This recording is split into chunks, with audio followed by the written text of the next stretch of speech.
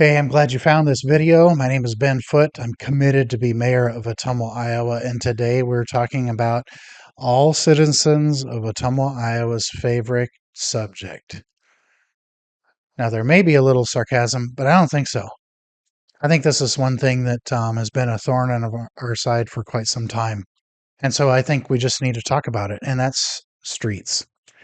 Yeah, streets. And I know when I say that word, many of you are thinking of the street that you live on and the disrepair that it may or may not be in. Some of you may be thinking about the streets you drive to from home to work and what those are like. Some of you may be wondering, when are they finally going to get to my street? And then others of you may be wondering, when are they finally going to get done with my street? Um, all that in mind, I just want to first put out there what kind of we're up against, I guess I should say, or what the current reality is in Ottumwa as far as streets. And then I want to kind of tell you my plan and what that may look like. So first, it's good to understand that there are 230 miles of streets in Ottumwa, Iowa. 60 of those are alleyways, and 170 of those are actual streets. Of those 170, there 8% are arterial streets. Those are the biggest, have the most traffic on them. And an arterial street typically has about a 20-year lifespan.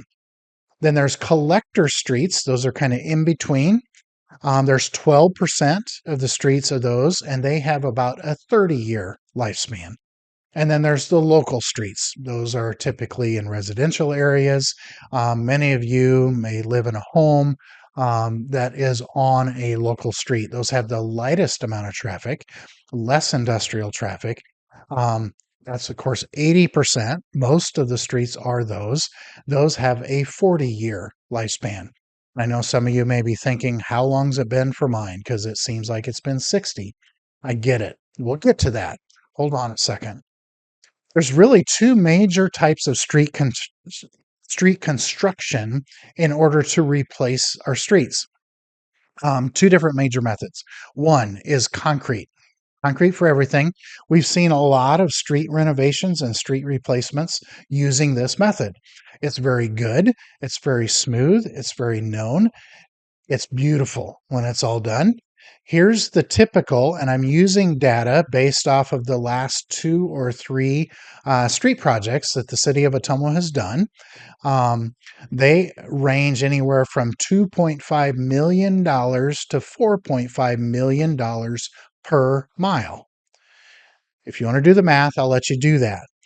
The concrete construction of streets includes a new subgrade, so you're taking it all the way down to the grade. You're putting new rock down. It includes a concrete curb and gutter, concrete storm drains, concrete sidewalk, and then new grass on the right-of-ways. That's the space between the curb and the sidewalk. Okay. The other form of construction of streets is asphalt. And some of you may live on a street that has asphalt. Again, another great product. It works well. Everything is an asphalt. But before we get to that, the average cost, and again, this is doing research and talking to a local asphalt street supplier and contractor. The average cost of an asphalt street is about 2.2 million to 3.25 million per mile. So it's a little bit less on the front end. Now that does include new subgrade. It does include current concrete curb and gutter, storm drains, concrete sidewalk, grass in the right of way. All of that is the same. That's all concrete. So then the only asphalt is just from curb to curb. So that kind of gives you an overview of what streets are looking like and how we replace them. Now, if we were to look at all the streets in Ottumwa, 230 miles of them, and we put together a 50-year phasing plan to where we are replacing the arterial 8%, collector 12%, twice within that 50 years, and then the local streets one time, this is what it might look like. First, understand that if we replace concrete streets with concrete, you have to replace the whole street. The advantage to going asphalt is on the replacement cost, especially. You'll save money on the front end a little bit. You save even more on the replacement cost because it's the street that needs to be replaced twice, not the sidewalk, curbs and gutters, and all that. So, concrete construction requires total replacement at the end of the lifespan, total replacement of the street.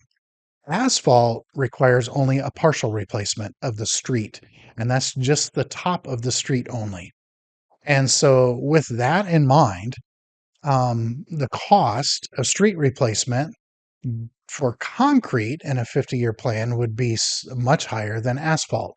So, my question would be, is asphalt a better product for us? Now, there may be other factors involved, and we'll continue to have this conversation. But in a 50-year replacement cost for concrete, based on current numbers, we're looking at a $713 million bill over a span of 50 years to replace all our streets, arterials, and collectors twice.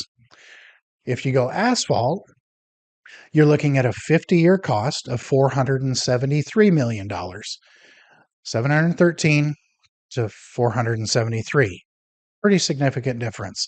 Let's put it this way. If you break it up in that 50 years and you do a per year cost, this of course does not include inflation and all that stuff, but concrete replacement, you're at about 14 and a quarter, $14.26 million per year to replace all the streets, again, arterial collectors twice, locals once, with concrete. With asphalt, your per year cost is 9.46 million.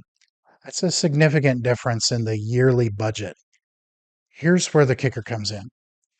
Based on what I have read in the 2025 budgeted revenue for street construction fund, it states that the street revenue, budgeted revenue for streets, is $5,235,000. Now, if you thought that is less than 9.46 million, and it is even more less than 14.26 million. Here's the other thing. The expenditures for the street construction fund is projected to be $7 million. That is less than what was budgeted. But it's closer to what it probably should be.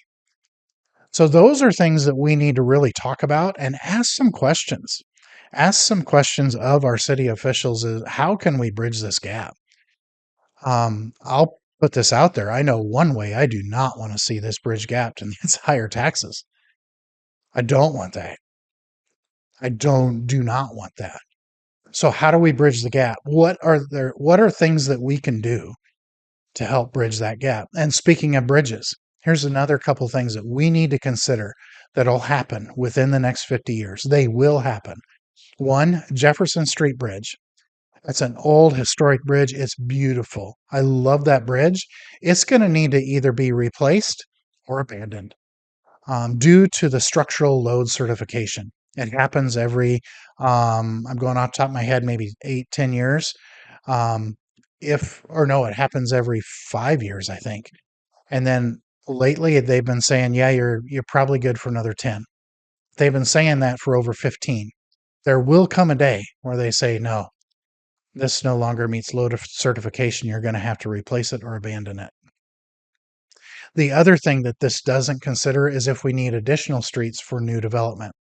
And if you've seen some of my other videos on business growth and housing growth, we're going to need that as well. So, all that in mind, in order for us to get all our streets repaired like we all want to see happen, we're going to need to see growth. We're going to need to see growth here in Ottumwa for that to happen. And there's ways that we can do that, and we're talking about that through these videos. So keep watching these, keep looking for them, and we'll just continue this conversation as we continue this journey, again, one step at a time. And how do we start? Well, we put our best foot forward.